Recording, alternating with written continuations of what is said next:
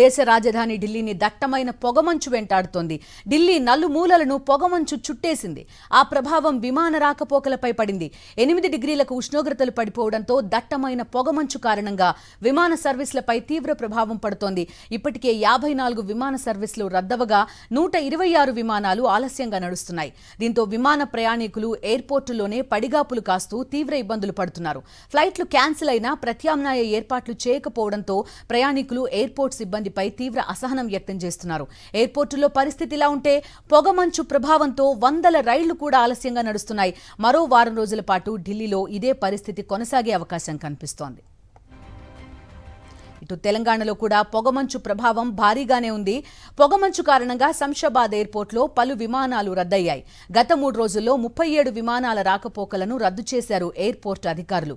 విమాన సర్వీసుల రద్దుతో ప్రయాణికులు తీవ్ర ఇబ్బందులు పడుతున్నారు.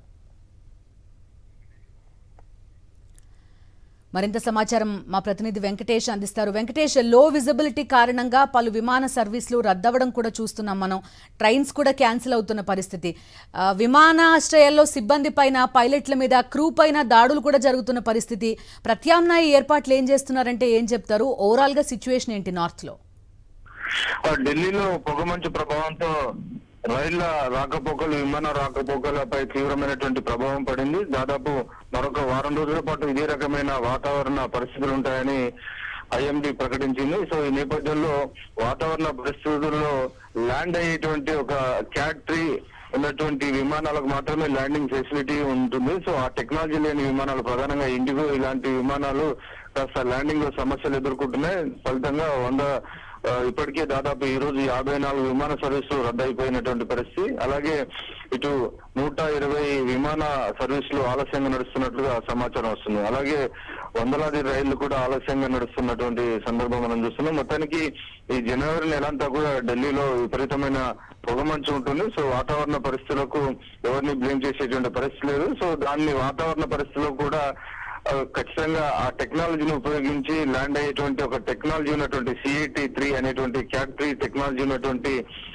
విమానాలు మాత్రమే ల్యాండ్ అయ్యేటువంటి పరిస్థితి కాబట్టి సో ఆ విమానాలకు ఎలాంటి ఇబ్బంది లేదు. సో ఆ టెక్నాలజీ లేనటువంటి విమానాలకు మాత్రమే సమస్యలు ఎదురవుతున్నట్టుగా మనకు సమాచారం వస్తుంది. మొత్తానికి ఈ పరిస్థితి కారణంగా ప్రయాణికులంతా కూడా తీవ్రమైనటువంటి ఇబ్బందులు పడుతున్నారు.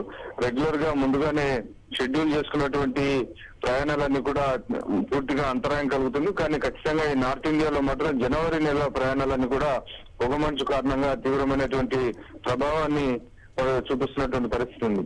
వెంకటేష్, చూస్తున్నాం ఇటీవలి కాలంలో అటు జమ్మూ కాశ్మీర్ లో మంచే కనబడిన పరిస్థితి ఇంత శీతాకాలంలో కూడా, ఈ గుల్మార్గ్ ఇటువంటి ప్లేసెస్ లో. వెరాజ్ ఇక్కడ ఢిల్లీ కంప్లీట్ నార్థన్ స్టేట్స్ అన్ని కూడా పొగమంచుతో చిక్కుకుపోతున్న పరిస్థితి.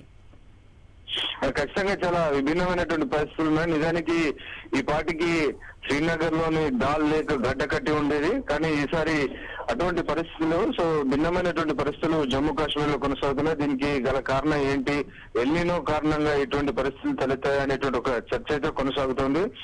నిజానికి జనవరి నెలంతా కూడా జమ్మూ కాశ్మీర్ లో విపరీతమైనటువంటి మంచు కురుస్తుంది. జమ్మూ కాశ్మీర్ అలాగే సిమ్లా ఇటువంటి ఏరియాస్ లో. కానీ ఈసారి అటువంటి పరిస్థితులు కనిపించట్లేదు. పొగమంచు కారణంగానే ఈ రకమైనటువంటి పరిస్థితి ఢిల్లీలో మాత్రమే నెలకొన్నటువంటి సందర్భం మనం చూస్తున్నాం. మొత్తానికి చాలా విభిన్నమైనటువంటి వాతావరణ పరిస్థితులు అయితే ఉత్తర భారతంలో మనకు కనబడుతున్నాయి. Okay Venkatesh, thank you.